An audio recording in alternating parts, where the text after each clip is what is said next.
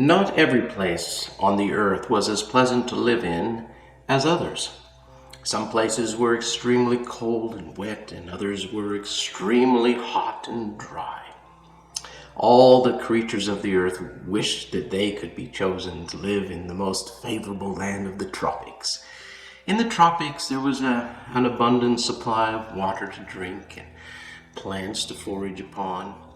There, all the temperatures were mild and temperate and pleasant. Now, the Creator chose, however, one of the smallest creatures to live in the tropics. He chose the five-finger salamander, who was one of the most intelligent creatures, as well as having a beautiful, colorful, wet, moist skin. And of course, the salamanders were overjoyed and grateful to be chosen for such an honor. However, only after a short time of living in their new home, the Creator came to them with a very strange request. He said, "Salamanders, I have given you the choicest piece of land for you to live upon on the earth. And with that comes great responsibility. For he who I have given much, much too I must require." And all the salamanders were in agreement. And they said, Creator, we only wish to please thee, and will bear whatever responsibility that you have to give us. But they did not know exactly the difficult task that the Creator was about to ask. And the Creator then said, "Very well, I'm asking you to give up living in the comforts of the tropics and choose to voluntarily take up living in the most inhospitable and impoverished place on earth, the desert."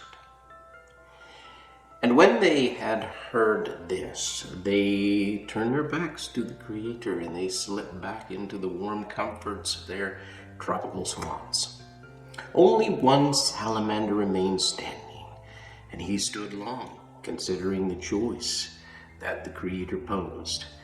And with his intelligent mind, he began to weigh out the advantages and possible wisdom of such a sacrifice. But in the end, he too could not understand it or make any sense of it. Why would the Creator ask or give the choicest piece of land on earth to the salamanders, and then only a short time later ask for us to forsake it and give it up? Nevertheless, the brave salamander stepped forward and he knelt down before his Maker, and he said, "I do not understand why you have asked us to make the sacrifice, but I trust you as my Creator, and so I will do my best. I just have a couple of worries.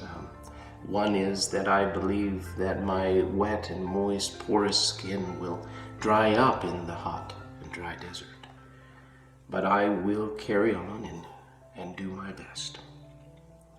And when the Creator heard this, he said, "O salamander, blessed art thou, for there is none of my other creatures that have been willing enough to give up the wealth and the comfort of the tropical lands to follow my voice into the wilderness.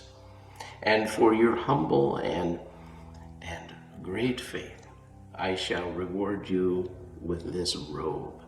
And he put a sparkling robe made of glimmering scales upon his body and over his skin. And he said, "This skin shall aid as a protection for you, and also conserve water within your body, so that you do not dry out. And whenever it ages, you shall simply take it off, and I will restore it with a new one." And then the Creator placed upon lizards or upon salamanders' head a crown of horns that radiated out like the sun.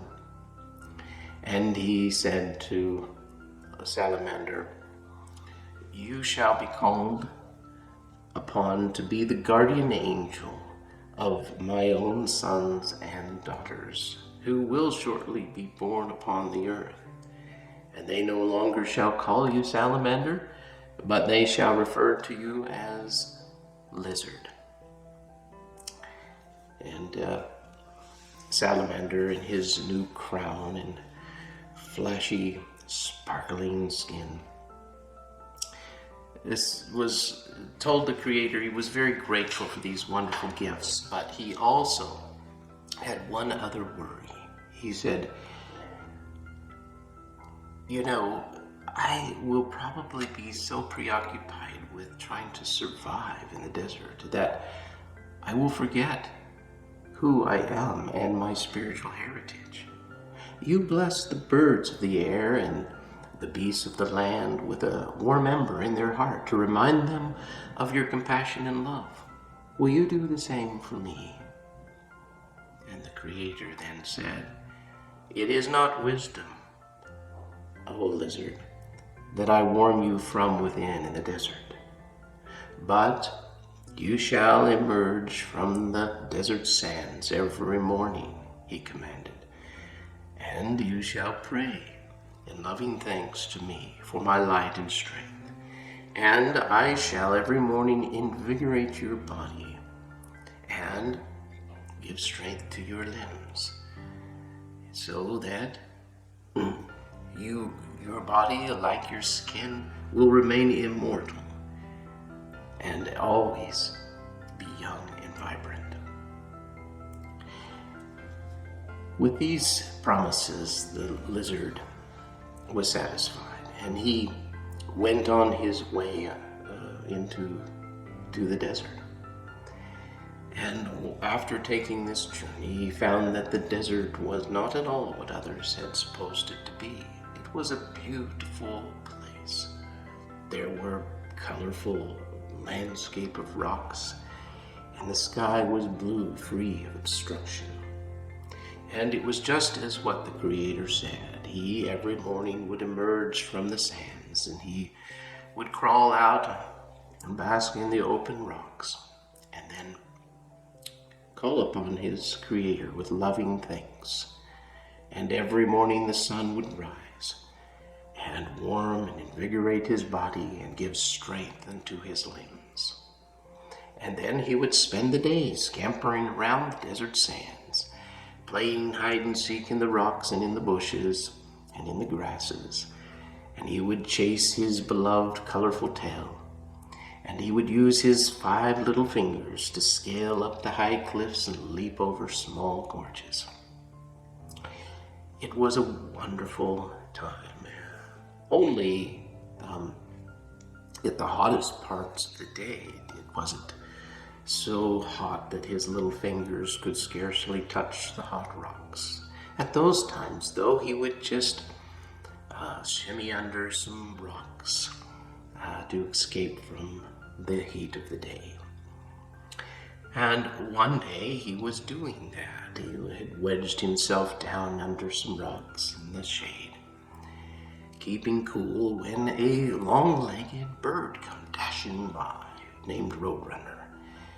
And Roadrunner stopped in his tracks, and he looked down upon the ground, and he saw what looked like a stick, a colorful stick. But it was Lizard's tail, just poking out of the rocks.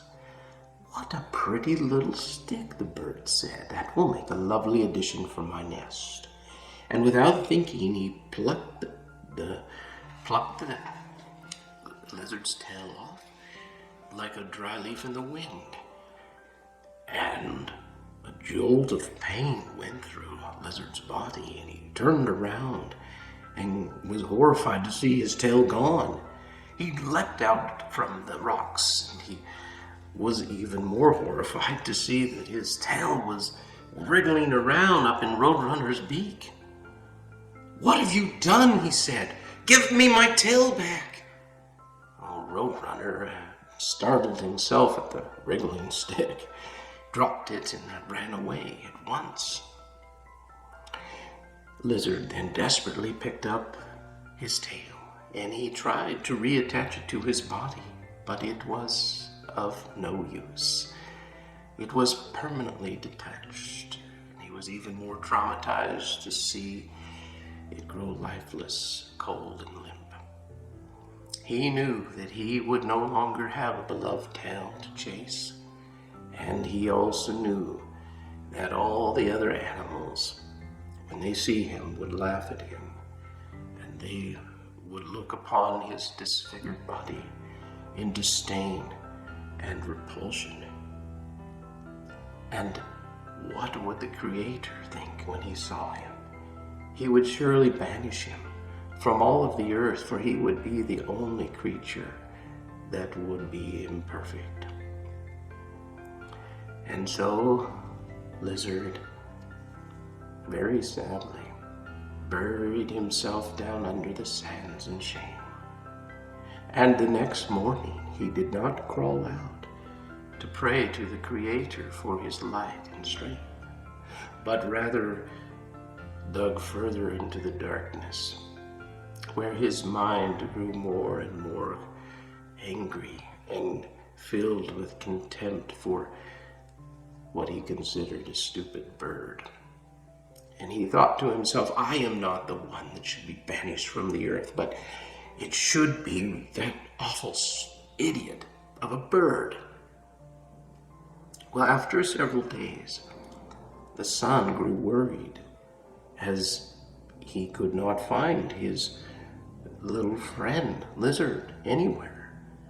And he reached out with his loving rays of light into every nook and cranny of the rocks, searching for him. But he could not find Lizard anywhere. Only after some time, the Lizard became so desperate for a breath of air that he just poked his nose out from under the sand. And the sun saw it at once. There you are, he said. I've been worried about you, Lizard. Where have you been? I don't want to be seen, Lizard said. Go away.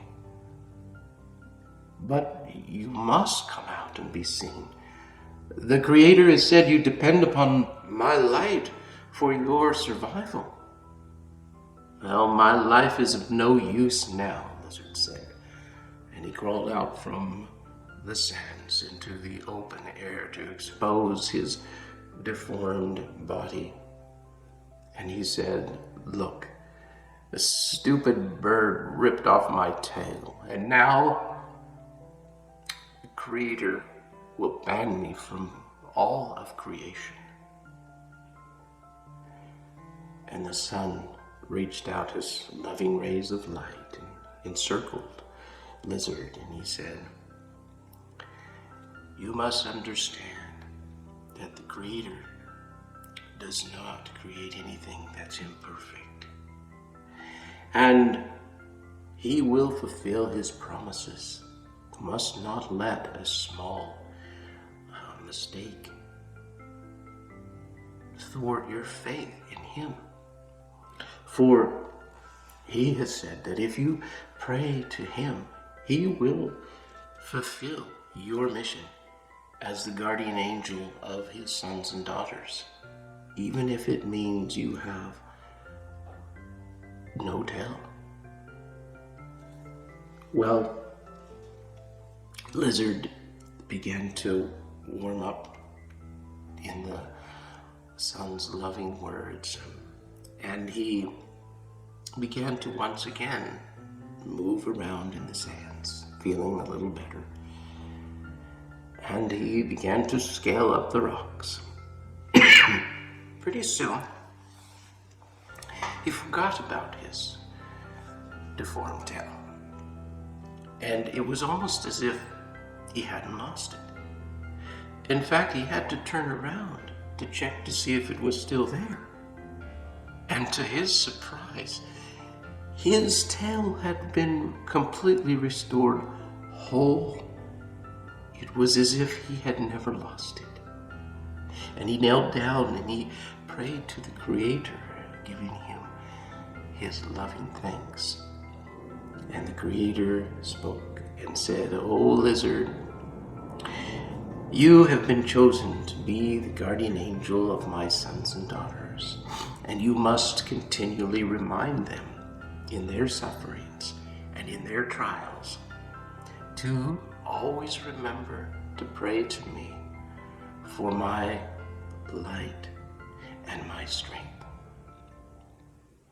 And then the Creator, he said,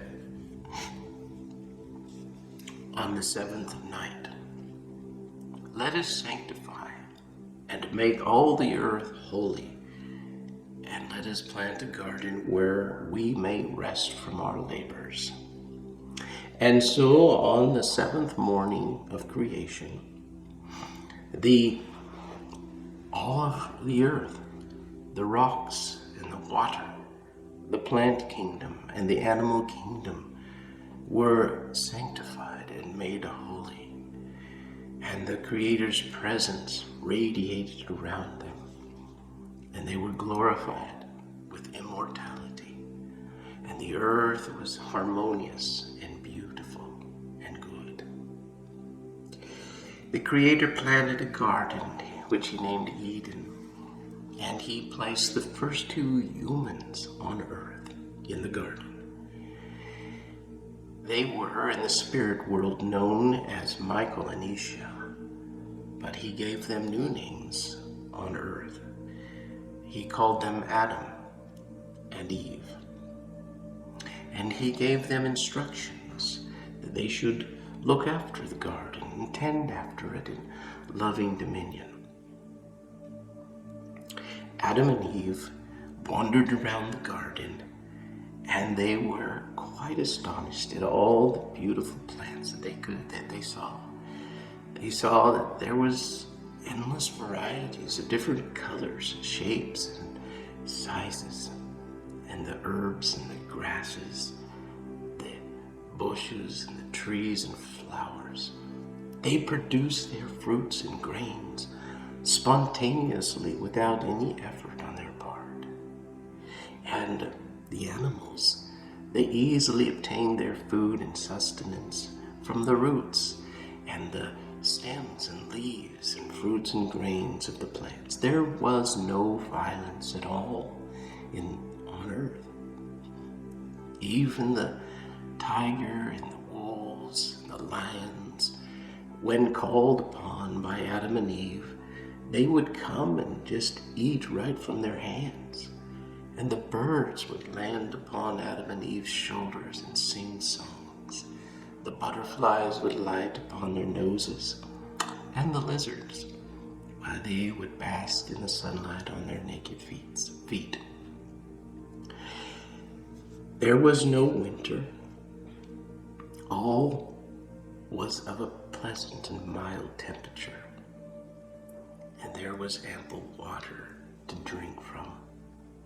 And while Adam and Eve wandered around the garden exploring their beautiful home, they sang with the birds. "Whenever I hear the song of a bird, or look at the blue, blue sky, whenever I feel the rain on my face, or the wind as it rushes by, whenever I touch a velvet rose, or walk by our lilac tree, I'm glad that I live in this beautiful world Heavenly Father created for me. He gave me my eyes that I may see the color of butterfly wings. He gave me my ears that I may hear the magical sounds of things. He gave me my life, my mind, my hands. I thank him reverently for all his creations which I am a part. Yes, I know Heavenly Father loves me. Now, in the center of the Garden of Eden were two prominent, large trees, the first of which was the tree of life, and its trunk was so vast and big that it would take years to walk around it. And at its base sprung up 4 springs of water, and they divided into 4 rivers that flowed out to the 4 corners of the earth. And its canopy was so vast and large it spread out over the heavens, and its fruit shined like the stars at night. And whenever Adam and Eve partook of the fruit or drank from the pure waters at its base, they would be healed and cured of any illness or imperfection. It was the source of immortality and life. Now there was a second and just as vast and large of tree in the garden. And if Adam and Eve partook of this fruit, it would give them knowledge. It would give them the knowledge of the way of light and the way of beauty and goodness. And it would also give them the knowledge for the way of death and destruction and evil. The Creator gave Adam and Eve instructions in regards to these trees. He said, "Of every tree in the garden thou mayest choose for yourself to eat of their fruit freely.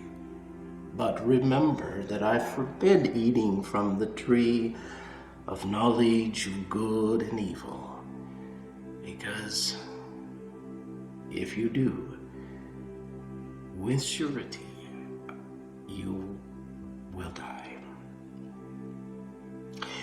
Now, this was of not much concern to Adam and Eve, because there were plenty of other fruits and foods to eat from in the Garden of Eden.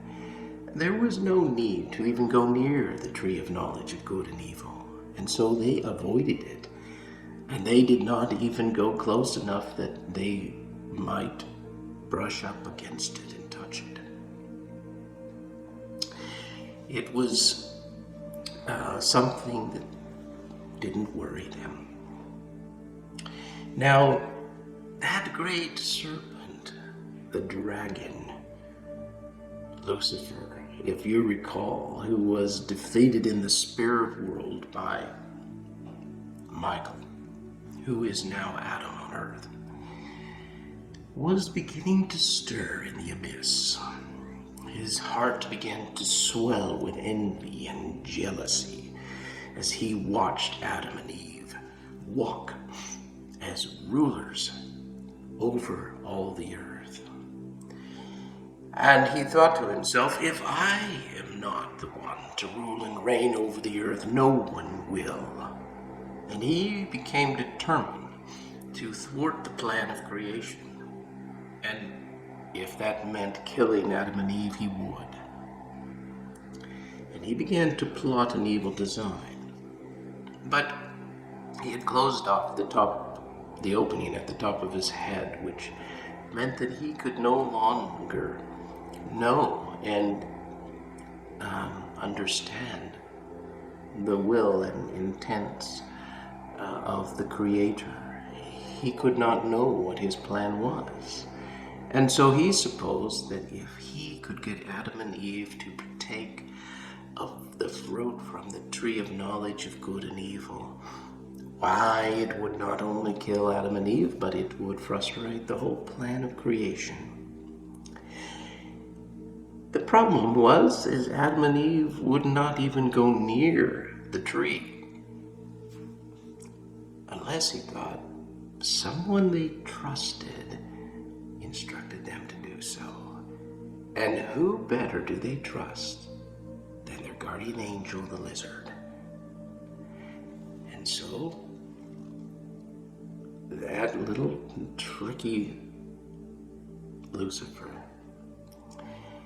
well, he put on a robe of scales that glittered and shined like lizards, and he put upon his head a crown of horns.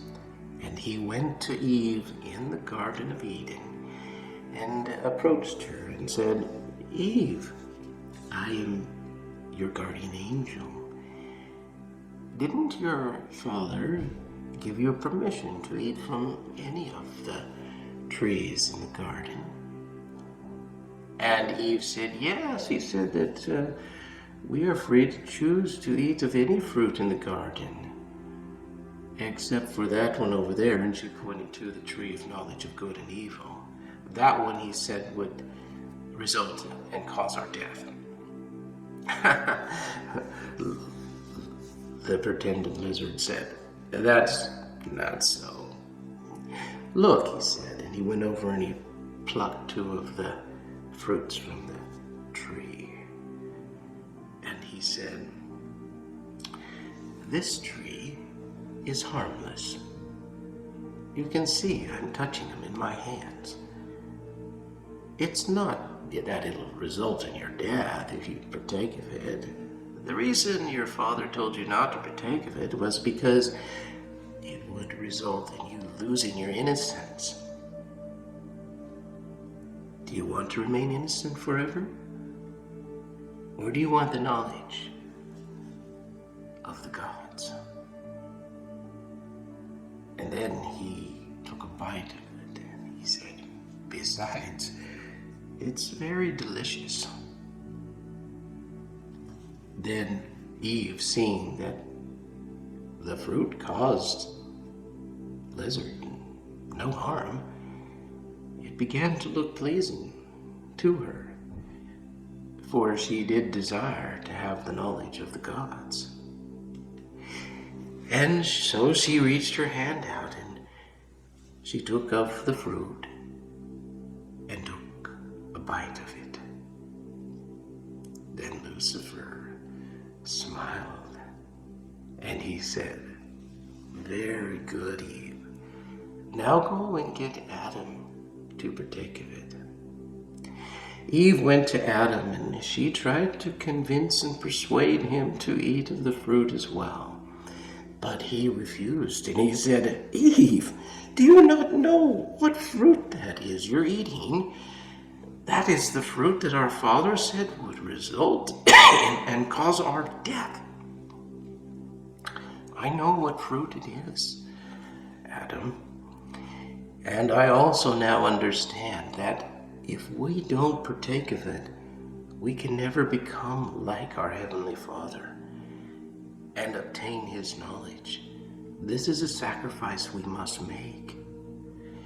And besides, He has commanded us to have a family and multiply and replenish the earth with all of His sons and daughters. And if you do not partake of this fruit, why, I will be cast out of the garden and you will be left alone with no posterity or family. And Adam then could see that Eve, her immortal glory and her innocence was already beginning to fade away. But he also could see that she was becoming more wise. And he could not bear the thought of being separated from her. And so he reached out his hand as well, and he took a bite of the forbidden fruit, not knowing if all of the plan of creation would be foiled forever. Immediately, the blue skies above were covered over in darkened clouds, and lightning and thunder began to cackle all around. The earth began to shake and rumble, and the rain came down as fierce as hail. And for the first time, Adam and Eve felt vulnerable, naked, and afraid. And they ran underneath a fig tree for cover, and immediately began to sew fig leaves together as a clothing to protect their bodies from the elements. And while they did so, they heard a voice from heaven, "Be still." And all the world became still. The clouds parted and the rain stopped and the earth became still and silent. "Where art thou, Adam and Eve?" Adam and Eve wanted to shrink in guilt and shame. They wanted to run and flee from the presence of their Father in heaven. But they knew it was pointless to do so. They could not escape his all-eagle-seeing eyes. And so Adam came out from under the bushes, and he said, "Here am I." I felt vulnerable and afraid, and so I'm naked, and so I hid myself. "Who told you that you were naked, Adam? Did you partake of the tree of knowledge of good and evil?" "Eve, she gave it to me, and then insisted that I remain with her." "Eve, what have you done?" And then Eve said, "The serpent dragon came disguised as my guardian angel, and he lied to me and said that the fruit would not cause me any harm, and so I did eat it." And then he looked at Lucifer, and Lucifer was standing behind Adam and Eve with a smirk grin on his face. He was quite delighted in what he had done. And then the Creator said, "Lucifer, because you have sought the murder of Adam and Eve, and to frustrate my plan of creation, you shall be cursed above all other creatures on the earth. You will no longer have legs, but for the rest of your days you will slither upon the ground and eat the dust all the days of your life. And although you may have a small venomous bite that shall hurt Adam and Eve's heels, one day a son that shall rise up in Eve's posterity shall crush your head. That paradise will once again return." And then Lucifer fell to the earth, and he slithered away in shame. Then the Heavenly Mother spoke to Eve, and she said, "Eve, you shall bear a family and have children, but it shall distort your body greatly and cause you much, much pain. And Adam, the earth shall be cursed. It shall no longer bear fruits and grains spontaneously with ease, but it will require that you toil all the days of your life to secure the necessities for your family. And all the plants that once were used for healing, they shall develop thorns, and their leaves toxins, that they will no longer be of use for you."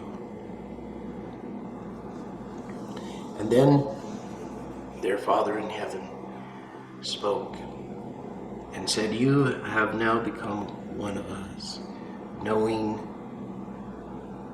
good from evil. And because of that, I must escort you out of the garden.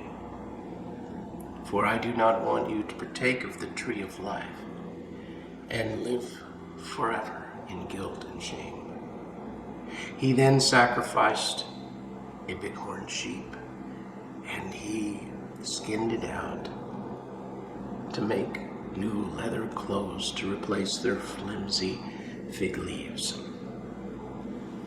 and then walked him out of the garden, locked the gates and posted 2 angels with flaming swords before it that went every which way to prevent them from ever re-entering. And then the angels that were keeping the axis of the earth from reeling out of control were asked by the Creator to step down from their post. And when they did, the earth began to reel out of control, and the sun and the moon were all flung through space until they landed in our current position.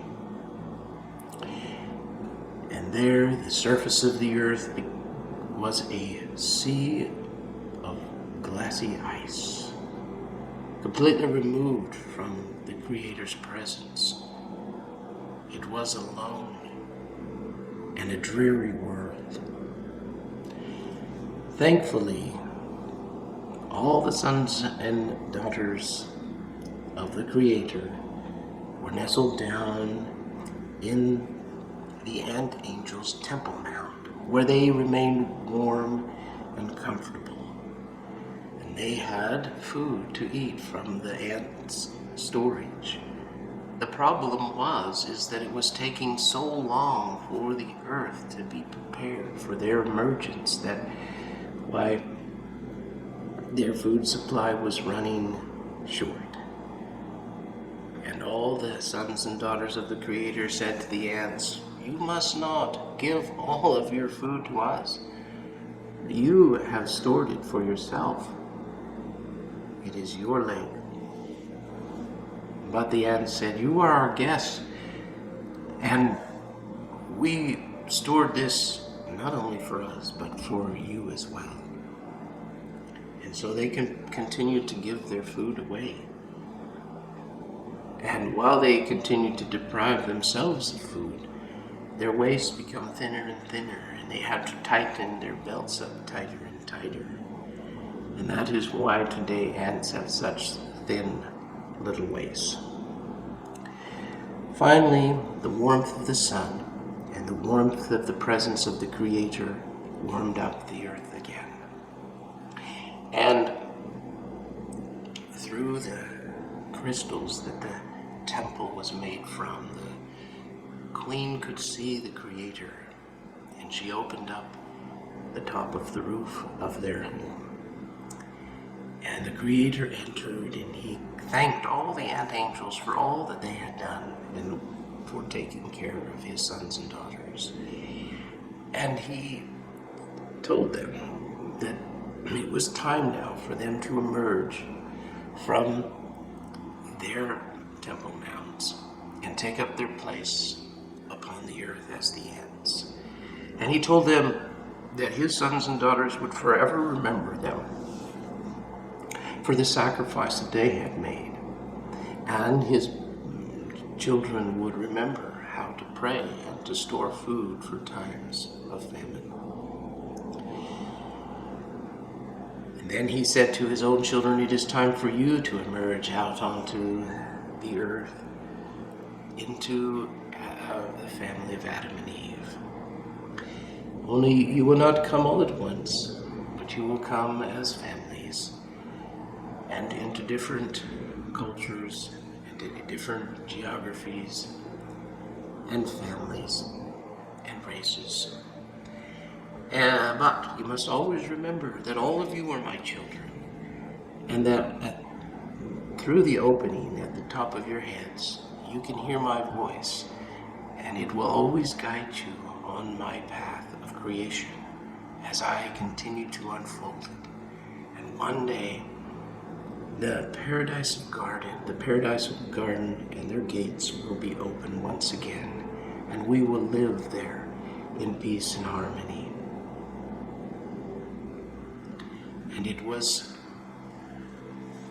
And from evening to morning was called night, and from morning to evening was called day.